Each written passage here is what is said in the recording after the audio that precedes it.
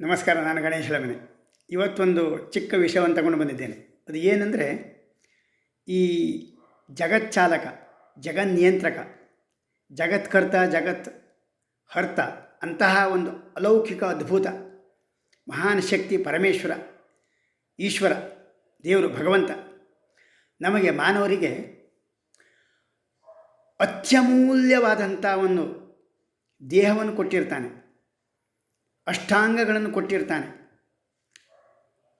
ಕಿವಿ, ಮೂಗು, ಬಾಯಿ, ಕೈ, ಕಾಲು, ಹೀಗೆ ಎಷ್ಟೇ ಕೋಟಿ ಕೊಟ್ಟರೂ ಕೂಡ ಮಾನವನ ಹತ್ರ ಇದನ್ನು ಕೊಡಲಿಕ್ಕೆ ಸಾಧ್ಯವಿಲ್ಲ. ಚಂದ್ರನಿಗೆ ಹೋಗಿರಲಿ ಅಥವಾ ಎಲ್ಲೇ ಬೇಕಾದರೂ ಹೋಗಿರಲಿ ಮನುಷ್ಯ ತನ್ನ ಬುದ್ಧಿಯನ್ನು ಉಪಯೋಗಿಸ್ಕೊಂಡು, ಆದರೆ ಈ ಮಾನವ ದೇಹ ಭಗವಂತ ಕೊಟ್ಟಿರ್ತಾನಲ್ಲ, ಇದು ಯಾರ ಹತ್ರ ಕೊಡಲಿಕ್ಕೆ ಸಾಧ್ಯವಿಲ್ಲ. ಆ ಭಗವಂತನ ಕೈಯಲ್ಲಿ ಮಾತ್ರ ಇದೆ. ನೋಡಿ, ಒಂದು ಸಣ್ಣ ಉದಾಹರಣೆ. ನಮಗೆ ಮುಖ್ಯವಾದ ಒಂದು ಕೈ, ಪ್ರತಿಯೊಂದು ಅಂಗವೂ ಕೂಡ ಅತ್ಯಮೂಲ್ಯವಾದದ್ದು, ಭಗವಂತನ ಕೊಡುಗೆ. ಇದು ಒಂದು ಕೈ. ಈ ನಮಗೆ ಭಗವಂತ ಈ ಕೈ ಯಾಕೆ ಕೊಟ್ಟಿರ್ತಾನೆ ಕೇಳಿದರೆ, ಹೊಡಿಲಿಕ್ಕಲ್ಲ, ಬಡಿಲಿಕ್ಕಲ್ಲ, ಕಳ್ಳತನ ಮಾಡಲಿಕ್ಕಲ್ಲ, ಚೋರಿ ಕರ್ನೇಕೋ ನಹಿ. ಆದರೆ ಯಾಕೆ ಕೊಟ್ಟಿರ್ತಾನೆ? ಉಂಗುರ ಹಾಕ್ಕೊಂಡು ತಿರುಗಲಿಕ್ಕೂ ಅಲ್ಲ, 5 ಬಟ್ಟಿಗೆ 5 ಉಂಗುರ ಹಾಕೊಂಡು ಜನರಿಗೆ ಕಾಣಿಸ್ಲಿಕ್ಕೂ ಅಲ್ಲ.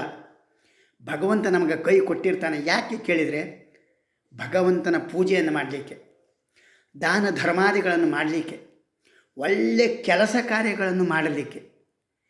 ಕಳ್ತನ ಅಲ್ಲ, ಒಳ್ಳೆ ಕೆಲಸವನ್ನು ಮಾಡಲಿಕ್ಕೆ ಕೊಟ್ಟಿರ್ತಾನೆ. ಒಳ್ಳೆಯವರಿಗೆ ಒಂದು ಉಪಕಾರ ಮಾಡಲಿಕ್ಕಾಗಿ ಕೈಯನ್ನು ಕೊಟ್ಟಿರ್ತಾನೆ, ದುಡಿಲಿಕ್ಕೆ ಕೊಟ್ಟಿರ್ತಾನೆ. ಒಂದು ಕೈ ಇಲ್ಲದೆ ಇದ್ದರೆ ಮನುಷ್ಯ ಏನೂ ಮಾಡಲಿಕ್ಕೆ ಸಾಧ್ಯ ಇಲ್ಲ. ಒಂದು ಕೈಯಲ್ಲಿ ಏನೂ ಆಗೋದಿಲ್ಲ.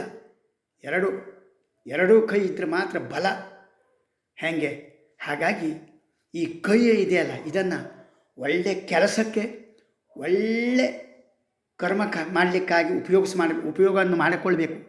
ಕಳ್ಳತನ ಮಾಡಬಾರ್ದು, ಹೊಡಿಬಾರ್ದು, ಬೇರೆಯವರಿಗೆ ನೋಯಿಸಬಾರ್ದು. ಅಂತಹ ಈ ಕೈ, ಭಗವಂತ ಕೊಟ್ಟಿರುವಂಥ ಕೈ, ಒಳ್ಳೆಯ ಕೆಲಸಕ್ಕೆ ಇವತ್ತು ಉಪಯೋಗಿಸೋಣ. ಆದಷ್ಟು ಈ ಕೈಯಿಂದ ಒಳ್ಳೆಯ ಕೆಲಸ ಕಾರ್ಯಗಳನ್ನು ನಾವು ಮಾಡೋಣ ಹೇಳ್ತಾ ನನ್ನ ಈ ವಿಡಿಯೋವನ್ನು, ಈ ಮಾತನ್ನು ಮುಗಿಸ್ತೇನೆ. ನಮಸ್ಕಾರ, ಧನ್ಯವಾದ.